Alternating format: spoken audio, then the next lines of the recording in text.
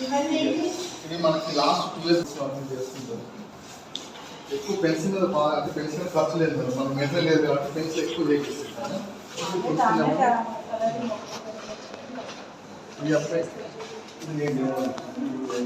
ఇది మన 7th class last national మన ఫస్ట్ వచ్చింది మన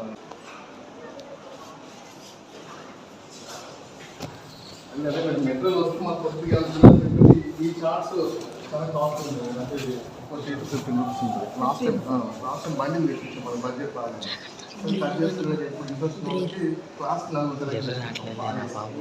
ఈనాటి బాల దినోత్సవ కార్యక్రమంలో భాగంగా మన పాఠశాల కళాశాలకు సంబంధించినటువంటి వివిధ తరగతుల విద్యార్థులందరూ చక్కటి నేర్పుతోటి పట్టుదలతోటి వారిని ఇంకా ఉత్తేజపరచడం కోసం మా యావత్ సిబ్బంది మా ఆర్ట్స్ ద్వారాగా వాళ్ళకు కావాల్సినటువంటి అవకాశాలు కల్పించడానికి వెళ్ళవేళ్ళ ముందుంటామని తెలియపరుస్తూ విద్యార్థి అన్ని రంగాల్లో ముందుకెళ్ళాలి.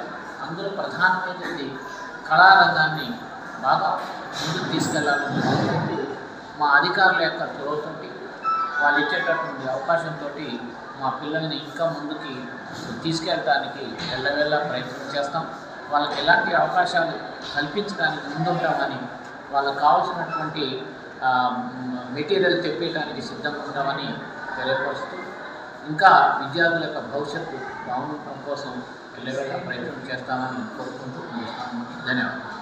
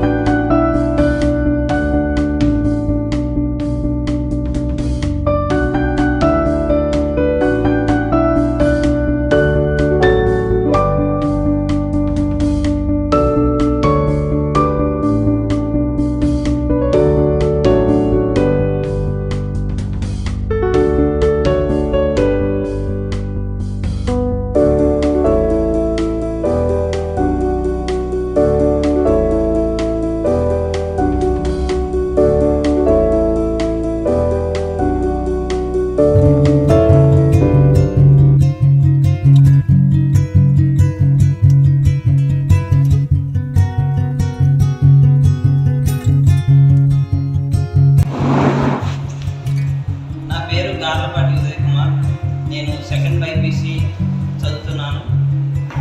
నేను పుష్టికొండ విలేజ్ నుంచి వచ్చాను, వోల్కల్ మండలం. నేను సొసైటీలో జాయిన్ అయింది 5th క్లాస్లో 2018 బ్యాచ్. అప్పుడు ఆర్ట్ మీద ఇంట్రెస్ట్ అప్పుడు లేదు 5th క్లాస్లో. 6th క్లాస్లో నాకు ఎందుకు ఆర్ట్ మీద ఇంట్రెస్ట్ వచ్చింది. హ్యారీస్ సార్ డెమో చూపిస్తుంటే నాకు ఎందుకో అట్లా చూసి సార్ గ్రాఫ్ ఇవ్వండి అని చెప్పాను. అప్పుడు నెహ్రూ గ్రాఫ్ ఇచ్చారు సార్. అప్పుడు చూసి నేను గ్రాఫ్ కొట్టి డబ్బులు పంపేశాను. అప్పుడు సార్ చూసి అప్రిషియేట్ చేశారు. తర్వాత పెన్సిల్ వర్క్ మీద కొంచెం ఇంట్రెస్ట్ వచ్చింది. అప్పటి నుంచి పెన్సిల్ వర్క్ వేస్తూనే ఉన్నాను. ఇట్లా చాకలైన బొమ్మ కూడా వేసాను అట్లా. తర్వాత లాస్ట్ 3 years నుంచి ఆర్ట్కి అంటూ ఒక అమౌంట్ వచ్చింది. అప్పుడు మెటీరియల్ తెచ్చుకొని చాలా వర్క్స్ చేసాము. క్యాన్వస్, కలర్ పెయింటింగ్స్, ఇట్లా నేను క్యాన్వస్ కూడా వేసాను. తర్వాత టీసీసీ లోయర్ హయ్యర్ 2 పాస్ అయ్యాను. Next TCC 40 days teaching training ఉంటుంది. అప్పుడు నేను అది చేశాక తర్వాత BFA ఫైన్ ఆర్ట్స్ వెళ్ళి ఎంట్రన్స్ ఎగ్జామ్ రాసి అందులోకి వెళ్ళి నా ఆర్ట్ ఇంకా ఇంప్రూవ్ చేసుకుంటాను. ఇంకా భవిష్యత్తులో ఇంకా నేను గొప్ప ఆర్టిస్ట్ లాగా ఉన్నాం అనుకుంటున్నాను.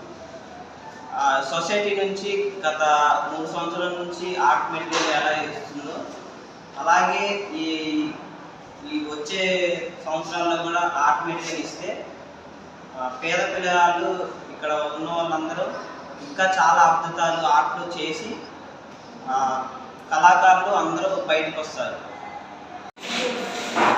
నా పేరు విగోంశన్. నేను 9వ తరగతి చదువుతున్నాను. ఈ హాస్టల్ 5th వచ్చాను.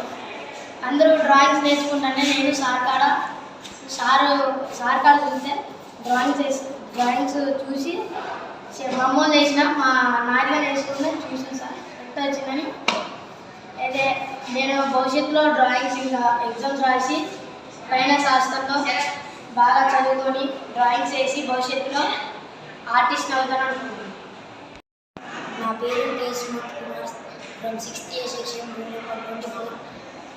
నేను ఇక్కడ ఆర్ట్ నేర్చుకుంటాను వచ్చాను. ఫిఫ్త్లో వచ్చుకొని ఇక్కడ హ్యారీ సార్ నేర్పించే ఆర్ట్ బొమ్మలు వేయడం మొదలుపెట్టాను. సార్ వేసేటప్పుడు చూసిన తర్వాత ఫస్ట్ సార్ ఇచ్చిన బొమ్మను వేసి ట్రైగా వేసాము. మేము వేసిన తర్వాత మాకు వచ్చిన ఇంకా సార్ చాలా నేర్పించారు.